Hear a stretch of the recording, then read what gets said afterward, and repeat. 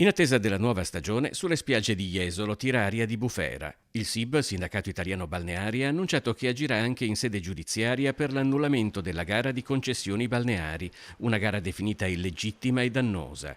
Il SIB ritiene sbagliata e azzardata la messa a gara di concessioni demaniali in assenza di una regolamentazione nazionale, senza un'adeguata tutela dei concessionari attualmente operanti e in aperta violazione di una legge che la vieta. Quello che non capiamo è come siano stati valutati appunto i parametri, soprattutto della storicità e della professionalità dei gestori e dei concessionari uscenti. Sostenuto da Lega Forza Italia e altre due liste civiche, Renato Martin era candidato sindaco nelle ultime comunali vinte da Christopher De Zotti, anche lui imprenditore nel ramo turistico, alla testa di una coalizione capitanata da Fratelli d'Italia.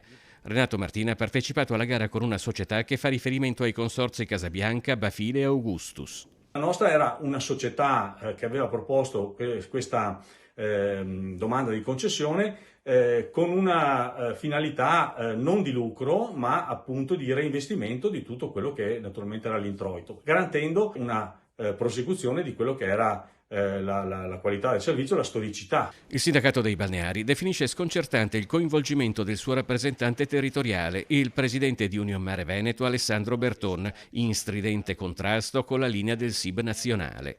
Tra chi oggi esprime preoccupazione c'è anche Cristian Rampazzo, titolare dell'unica azienda di produzioni balneari ad alto contenuto tecnologico nel territorio di Jesolo. Al tempo del Covid creò un protocollo di sanificazione certificato.